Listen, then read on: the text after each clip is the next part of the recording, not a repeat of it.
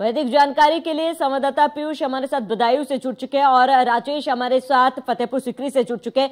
पीयूष, अगर बदायूं की बात की जाए तो बदायूं में क्योंकि वोटिंग जारी है, क्या लोग वहां पर पहुंच रहे, साथ ही बदायूं का समीकरण क्या कुछ कहता है, क्योंकि त्रिकोणीय मुकाबला है और चुनाव बेहद ही रोचक होने वाला है बदायूं में भी आज। बात करें तो मतदान स्थल पर इस वक्त हम मौजूद हैं और आपको थोड़ी बहुत तस्वीरें दिखा देते हैं कि किस तरीके से यहाँ पर जो तमाम जो लोग हैं वो पहुंच रहे हैं। हालांकि जो फर्स्ट फेज और सेकंड फेज में स्थितियां देखने को मिली थी वही स्थिति यहाँ पर भी देखने को मिल रही है, यानी कि जो वोटरों की संख्या है वो काफी कम नजर आ रही है अभी जो मतदान स्थल पर पहुंच रहे हैं। लेकिन जैसे जैसे दिन ढलेगा निश्चित रूप से जो मतदान करने वाले लोग हैं उनकी मौजूदगी यहाँ पे ज्यादा बढ़ जाएगी, तमाम लोग यहाँ पे पहुंचेंगे। सबसे बड़ी बात है कि बदायूं सीट की अगर हम बात करें तो करीब 18 से 20 लाख यहाँ पर मतदाता हैं। लेकिन इस बार चूंकि आदित्य यादव जो शिवपाल यादव के बेटे हैं वो चुनावी मैदान में समाजवादी पार्टी की ओर से, इसके साथ ही तमाम लोग यहाँ पर वोट देकर यहाँ पे आए हुए। बात करेंगे, मतदान आपने कर दिया, क्या कुछ अपील करेंगे, क्या कुछ इस बार के मुद्दे रहे? मुद्दे क्या है, सही है सब कुछ, कोई मुद्दा नहीं है हमारे लिए। विकास का मुद्दा नहीं है, सब कुछ सही है, बताइए। कुछ चल रहा है, बिल्कुल चल रहा है विकास। अरे कुछ तो मुद्दा होगा। कोई मुद्दा नहीं, सही है सब कुछ। आप क्या कहेंगे, आपने मतदान किया?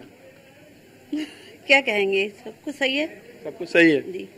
लोगों से क्या अपील करेंगे कि वो भी मतदान करें, क्योंकि अभी कम लोग यहाँ पे आ रहे हैं?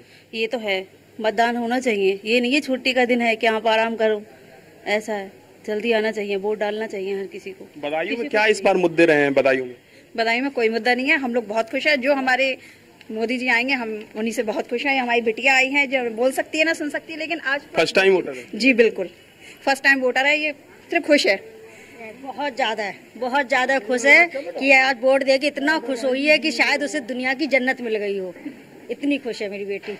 बिल्कुल, तो तमाम जो फर्स्ट टाइम वोटर हैं वो भी यहाँ पे पहुंच रहे हैं। और सबसे बड़ी बात है कि बदायूं सीट की अगर हम बात करें तो आपने देखा कि 1996 के आसपास से ही किस तरीके से बदायूं सीट पर समाजवादी पार्टी का एक तरीके से दबदबा रहा और 2014 में धर्मेंद्र यादव चुनाव जीतते हैं। हालांकि 2019 में जो स्वामी प्रसाद मौर्य की बेटी है संघमित्रा मौर्य, उनसे धर्मेंद्र यादव चुनाव हार जाते हैं और करीब 18,000 के या 19,000 के बीच का जो अंतर है वो कहीं ना कहीं हार जीत का रहता है। इसके साथ ही दुर्गविजय साक्य की अगर हम बात करें जो बीजेपी से प्रत्याशी बनाए गए हैं, तो दुर्गविजय साक्य भी काफी महत्वपूर्ण पदों पर भारतीय जनता पार्टी में रहे। एक दौर में आपने देखा कि जब राम मंदिर का आंदोलन चल रहा था तो 14 दिनों के लिए दुर्गविजय साक्य भी जेल गए थे। तो भारतीय जनता पार्टी ने इस बार बदायूं में विकास को मुद्दा बनाया है। चूंकि 11 प्रत्याशी बदायूं से इस बार चुनावी मैदान में है, बताया जा रहा है कि त्रिकोणीय मुकाबला हो सकता है, लेकिन सीधे टक्कर जो है वो कहीं ना कहीं 2 प्रत्याशियों के बीच में ही है। पहला आदित्य यादव, दूसरा कहीं ना कहीं भारतीय जनता पार्टी की ओर से दुर्गविजय सिंह साक्य। चूंकि समाजवादी पार्टी बदायूं सीट को लेकर काफी कंफ्यूज रही। आपने देखा कि 31 जनवरी को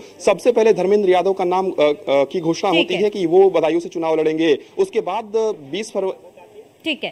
ठीक है, आप बने रहे हमारे साथ। पीयूष, लौटूंगे आपके पास। राजेश फतेहपुर सीकरी से हमारे साथ जुड़ चुके हैं।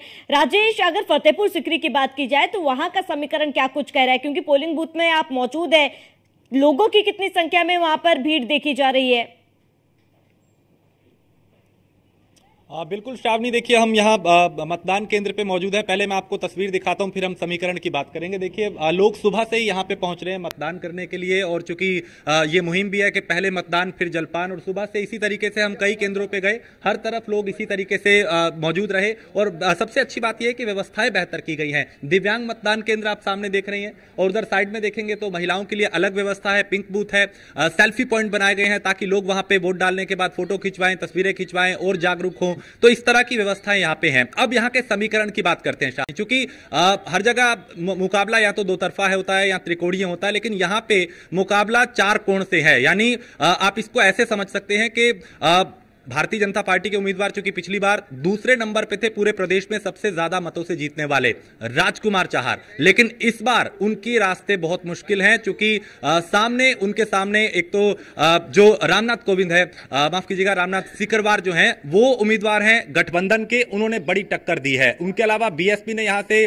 रामनिवास शर्मा को उतारा है, और मौजूदा विधायक यहाँ के फतेहपुर सीकरी के, उनके बेटे ने निर्दलीय यहाँ पे पर्चा भर के मुकाबले को और रोचक कर दिया है। तो कौन बाजी मारेगा ये कहना मुश्किल है, लेकिन हाँ, राजकुमार चाहर की जो इस बार मुश्किलें हैं वो थोड़ी बढ़ती हुई दिखाई दे रही है। उतनी आसान नहीं जितनी 2019 में हुई थी, क्योंकि यहाँ पे लोगों में एक नाराजगी इस बात को लेकर है कि वो लोगों के बीच नहीं आए, 5 साल में वो लोगों के बीच दिखाई नहीं दिए, एक एंटी इनकम्बेंसी उनके खिलाफ है। अब वो क्या वोट में तब्दील होगी ये कह पाना मुश्किल है, लेकिन हाँ, मतदान के लिए भी लोग पहुंच रहे हैं। और समीकरण यहां का यह है कि बीएसपी ने चूंकि दलित और ब्राह्मण का जो गठजोड़ है वो खेलने की कोशिश की है, जो 2009 में किया था वही फॉर्मूला यहां पे एक बार फिर अपनाया है, ब्राह्मण चेहरे को उतार के। यानी कि राजेश कहीं ना कहीं बसपा सपा का वोट काटने को तैयार है। और इसके साथ ही रोचक इसलिए भी है राजेश, क्योंकि फतेहपुर सीकरी से कांग्रेस की जो प्रत्याशी को उतारा गया है वो अपने बल पर भी लोगों के बीच में काफी समय से मौजूद है, अपनी मौजूदगी दर्ज कराते आ रहे हैं।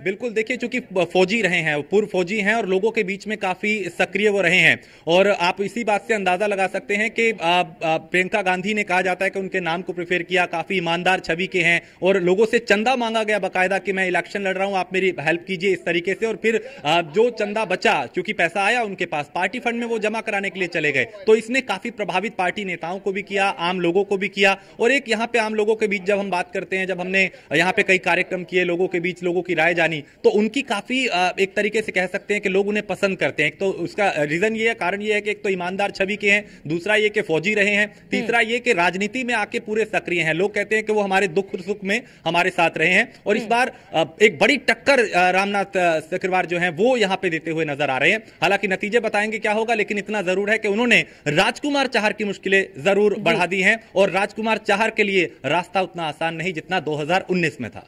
ठीक है राजेश, आप बने रहे, हमारे साथ लौटूंगे आपके पास। पीयूष लगातार हमारे साथ बने हुए। पीयूष, अगर बदायूं की बात की जाए तो सपा ने एक बार नहीं, 2 बार नहीं, लेकिन 3 बार टिकट काटा और उसके बाद आदित्य यादव को टिकट दिया गया है। ऐसे में बदायूं में ये चुनाव कितना रोचक होने वाला है? देखिए, अगर हम बात करें बदायूं की, तो सबसे बड़ी बात है कि बदायूं में एक तरीके से टफ फाइट है, क्योंकि करीब 18 से 20 लाख जो मतदाता हैं वो बदायूं में है। इसके साथ ही 50% के आसपास यादव और मुस्लिम का जो कॉम्बिनेशन है, यानी कि जो वोट बैंक है वो है। और कहा जाता है कि जो यादव है और जो मुस्लिम